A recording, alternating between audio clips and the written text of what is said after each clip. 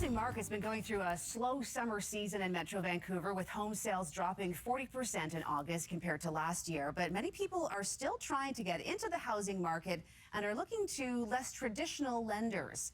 Peter Sashecki from Everything Financial joins us now with more. Good morning, Peter. Good to see you. Good morning. We're going to get into that topic in a sec, but of course we want to talk about the Bank of Canada raising interest rates this morning. Your reaction to that? Saw it coming, I suppose? Saw it coming, not surprising. They're playing catch up, which we've talked about before, because the rates should have never been as low as they were. And people, I mean, if you have a variable mortgage, obviously you're feeling the pinch. Ride it out, as we've talked about. Don't do any rash decisions. It will go down once this inflation continues on a downward trend. But how long could that take, though? Into later 2023. We know what bond yields are in later 2023, how low they're going to be compared to now. So we will see lower rates on the horizon. 2023, though, if you're feeling the pinch with a rise in your variable mortgage, does feel like a long way away. But let's see if in the next few days we find out that inflation, maybe it dropped another half a point like it did last month. I know no one really thought about it or paid attention to it, but it did go from 8.1 to 7.6. Still insanely high, right, but at least going in the right direction. So let's see if that keeps going in the right direction, and if it does, we'll let the viewers know and know that there is a light at the end of the tunnel, and hopefully it's not a train coming at you. Right. Okay. Well, definitely people are watching, and for those who still want to get to the housing market and they want to kind of take that leap, maybe they feel financially confident, there are different lenders, some non-traditional lenders out there, something that you describe as a private lender and an A and B lender. So what are those? So A lenders would be your banks and credit unions, and they obey the stress test and they follow the stress test to make sure you're getting approved for what you can afford.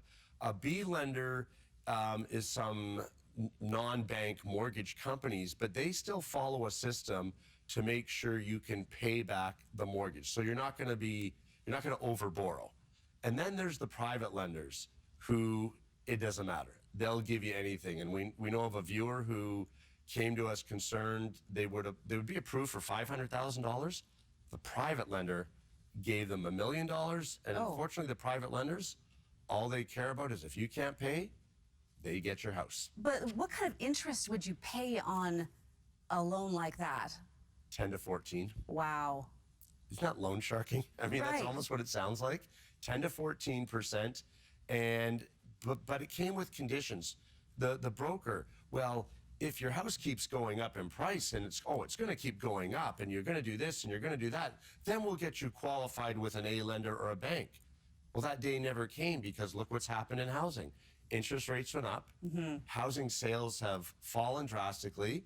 These people's house not only didn't rise, it reduced by a couple $100,000. And guess what the next step is?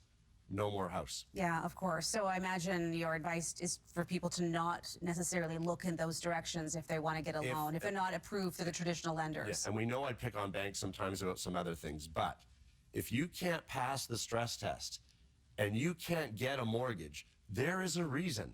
You can't afford the mortgage. So don't do it. Don't think, well, I'm going to, the fear of missing out, right? We've talked about people getting the house and overstretching their budget on something they can't afford. And all that's going to happen is you're going to lose the house. Right. It makes no sense. Not going to be able to afford the house. You can't afford it, don't buy it. Pay the interest. You're not going to be able to pay back the lender. That's right. That's going to be more trouble. Exactly. And that goes for other things, not just houses, right?